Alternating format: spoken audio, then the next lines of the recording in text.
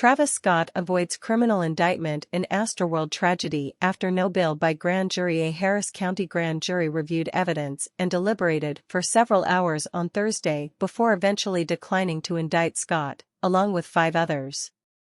A Harris County grand jury on Thursday declined to indict Houston rapper Travis Scott over his involvement in the Astroworld tragedy in 2021. During a press conference at the Houston Police Department's headquarters, Harris County District Attorney Kim Ogg said their job was to find justice in the midst of a tragedy, and in this case, that justice was no bail. The grand jury found that no crime did occur, that no single individual was responsible, Ogg said. Our investigators and prosecutors gave it everything they had to ensure that the grand jury could reach the truth of the matter. Jurors reviewed evidence and deliberated for several hours on Thursday before eventually declining to indict Scott, along with 5 others: Brent Silberstein, John Junell, Shauna Boardman, Emily Ockenden, and Saith Boardman. Earlier in the day, while jurors deliberated, Kent Schaefer, who's representing Scott, told Houston Public Media that Scott was confident he didn't do anything wrong. At no time since this case started has he changed at all, or expressed anything other than that the system will work to his advantage, he said before the no-bail announcement. The news came as HPD released several findings from the department's 19-month Astroworld investigation examining whether the rapper and concert organizers like Live Nation had implemented proper safety measures during the November 2021 festival.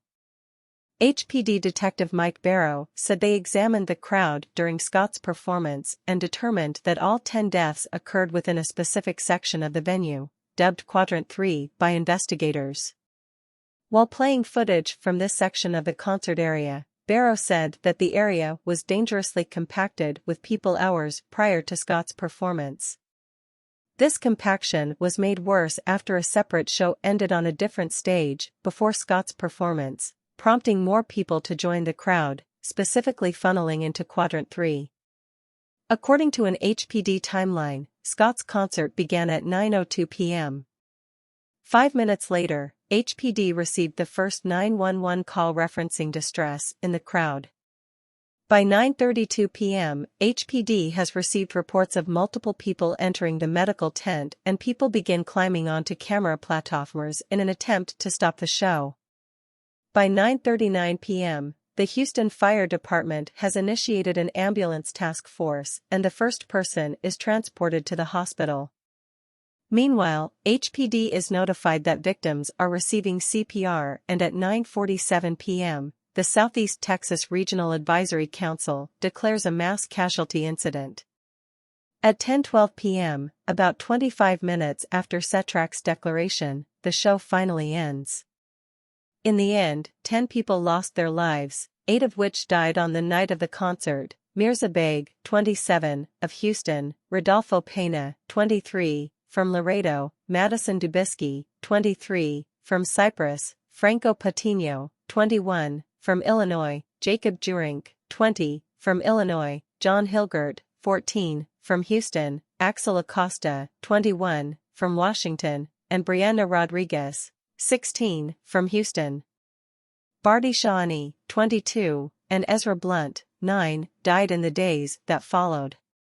During Thursday's press conference, Houston Police Chief Troy Finner said the grand jury's decision was the culmination of the lengthy investigation. Finner added that the investigation officially ended last week and directed most questions to HPD's full report, which has yet to be released. Finner said the 1,000-plus page report will be released to the public in the coming weeks. This incident was very complex, involves multiple entities, Finner said. You can read it and see the challenges that everybody faced at night. In the months that followed incident, countless lawsuits against the Houston rapper and concert organizers. The most notable change in the wake of the deadly concert came last year, when Houston and Harris County officials announced an updated event management agreement for large events at NRG Park.